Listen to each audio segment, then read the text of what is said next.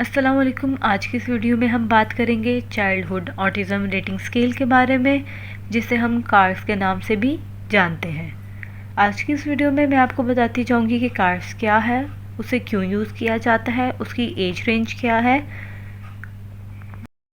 उसे कैसे एडमिनिस्टर किया जाता है, उसकी स्कोरिंग का सिस्टम क्या है, इंटरप्रिटेशन और प्रैक्टिकल पॉइंट ऑफ व्यू से सब कुछ आपको बताया जाएगा। अगर आप एक साइकोलॉजिस्ट हैं या फिर साइकोलॉजी के किसी भी फील्ड से,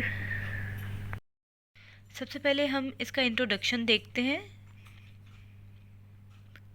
ये पीडीएफ आपको इजीली गूगल के किसी भी प्लेटफॉर्म पे, किसी भी वेबसाइट पे आपको इजीली मिल सकती है।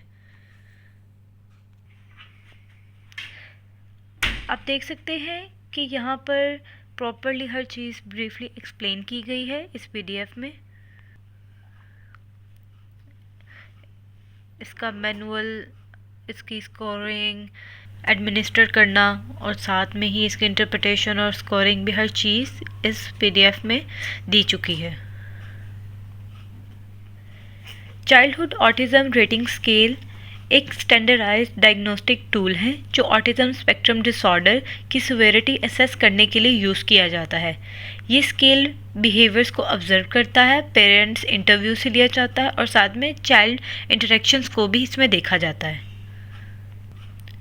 इन सब चीज़ों को मिलाकर हम ऑटिज़म के सिम्टम्स को इवैल्यूएट करते हैं। अब बात करते हैं ये क्यों यूज़ किया जाता है। ऑटिज़म की आइडेंटिफिकेशन के लिए यूज़ किया जाता है, ऑटिज़म की सिवियरिटी लेवल को चेक करने के लिए यूज़ किया जाता है और साथ में माइल्ड, मॉडरेट और सिवियरिटी ऑटिज़म को डिफरेंस में समझने के लिए यूज़ किया जाता है। अगर बात की जाए इसकी एज रेंज की, तो ये 2 साल से ऊपर के बच्चों के लिए इस्तेमाल किया जाता है। प्री स्कूल और स्कूल एजिंग के बच्चों के लिए यूज़ किया जाता है। ये स्पेशली उन बच्चों के लिए यूज़ किया जाता है जिन्हें कम्युनिकेशन में प्रॉब्लम होती है, उन्हें या सोशल इश्यूज़ होते हैं।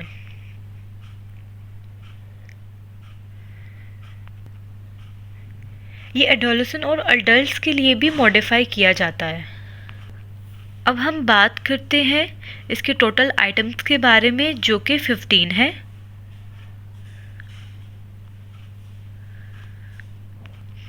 आप ये देख सकते हैं यहाँ पर उन्होंने स्केल के बारे में बताया हुआ है। अब हम वन बाय वन इन सारे स्केल्स को देखते हैं। फर्स्ट जो स्केल है वो है रिलेटिंग टू पीपल। इसका मतलब ये है कि लोगों से रिलेशनशिप कैसा है। सेकंड है इंटीमेशन, लाइक नकल करना। थर्ड में उनके पास, आप देख सकते हैं यहाँ पर, थर्ड इमोशनल रिस्पॉन्स को चेक करने के लिए यूज़ किया जाता है। Then fourth one is body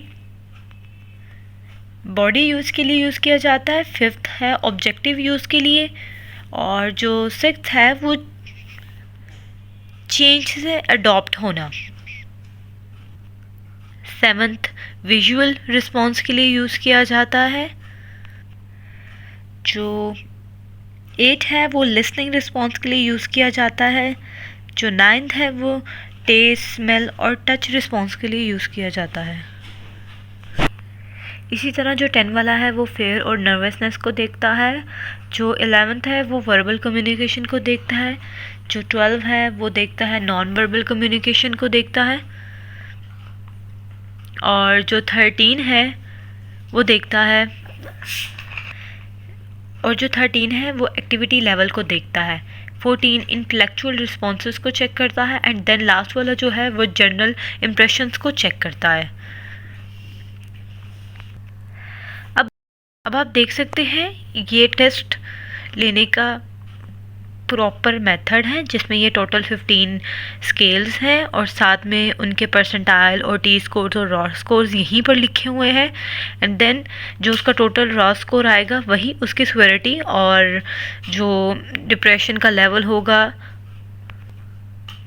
autism का, तो वो यहाँ पर मेजर होगा। ये एक बहुत ही आसान सा और छोटा सा टेस्ट है, इसमें ज़्यादा टाइम कंज्यूमिंग ये टेस्ट नहीं है।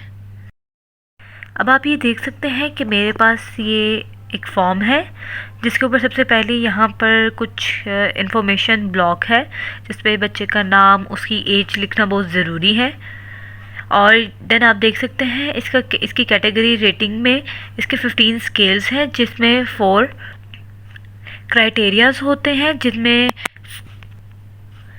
और देन फिर उसके बाद इसके अंदर पॉइंटिंग होती है जैसे कि 1.5, 2.5, 3.5, 4.5 इस तरह की बीच में पॉइंट्स होते हैं। और ये सारे तमाम के तमाम में से हमें चेक करना होता है कि हमारा जो पार्टिसिपेंट है वो किस क्राइटेरिया में फॉल कर रहा है। और ये फॉर्म स्टैंडर्ड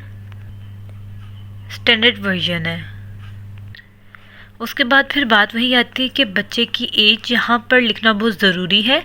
तो जो मेरा पार्टिसिपेंट है उसकी एज है 13, तो हम जो 13 एज है उसके मुताबिक हम उसकी रॉ स्कोर, टी स्कोर और परसेंटाइल को देखेंगे जो कि यही साइड पर मेंशन्ड है। जैसे कि आप देख सकते हैं कि यहाँ पर जो है रॉ स्कोर, टी स्कोर और परसेंटाइल है। तो आप इमेजिन कर लें यहाँ पर मेरे जो क्लाइंट है उनकी एज है 13 और उसका जो रॉ स्कोर आ रहा है वो मैक्सिमम 33 के राउंड अबाउट आ रहा है। तो हम हर चीज़ को साथ साथ देखेंगे, देन हम देखेंगे कि 33 के मुताबिक उसका टी स्कोर और उसकी परसेंटाइल कहाँ पर फॉल कर रही है। ये देख सकते हैं ये 33 से 33.5 तक जा रहा है। 50 उसकी टोटल जो है टी स्कोर बताई जा रही है और 50 ही उसकी परसेंटाइल बताई जा रही है।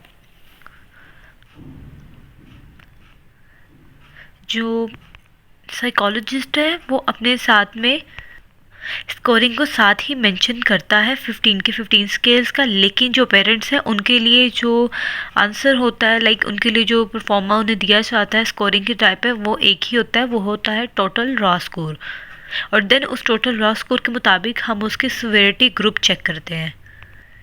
यहाँ पर बताया जा रहा है 15 से 27.5 हो तो वो मिनिमल में आता है, और अगर 28 से 33.5 हो तो वो माइल्ड टू मॉडरेट तक आता है, और अगर 34 से हायर हो तो वो सिवियरिटी में आता है। मतलब जबकि हमारी जो हमारा पार्टिसिपेंट कह लें या क्लाइंट कह लें उसकी जो सिवियरिटी लेवल आ रही है उसकी एज के मुताबिक तो वो है 33। तो उसके जो सिवियरिटी ग्रुप में वो जिस ग्रुप में ऐड हो रहा है वो है माइल्ड टू मॉडरेट में। वो mild to moderate symptoms of spectrum autism spectrum disorder में फॉल कर रहा है इस टाइम पर। अब यहीं पर बात करते हैं कि जो इसमें पॉइंट्स आते हैं 1.5, 2.5 वो हम चेक किस तरह करेंगे। इसी के नीचे, इसी पीडीएफ के नीचे लास्ट पर इन्होंने मेंशन किया हुआ है इसकी जो हमने 15 पॉइंट्स स्केल्स जो देखे थे वो यहीं पे मेंशन किए। उस स्केल में आगे से 4 पॉइंट्स होते हैं, तो आप उनके मुताबिक वो पॉइंट अपने बच्चे को देते हैं एंड देन उसकी सिवियरिटी लेवल को चेक करते हैं। अब देख सकते हैं यहाँ पे प्रॉपर हर 15 स्केल्स के ऊपर इन लोग दिए हुए हैं पॉइंट्स। जैसे ये देख सकते हैं आप जो है सोशल इमोशनल अंडरस्टैंडिंग उसमें 1.5 है, 2.5 है, 3.5 है, और इसी तरह सेकंड है emotional expression regulation of emotions, इसमें भी इसी तरह पॉइंट्स हैं। ये सब में इसी तरह पॉइंट्स ऐड किए जाते हैं, अब उसके मुताबिक अपने बच्चों को रेशो में ऐड करते हैं। मुझे उम्मीद है आपको आज की वीडियो बहुत ज़्यादा आपके लिए फ़ायदेमंद होगी।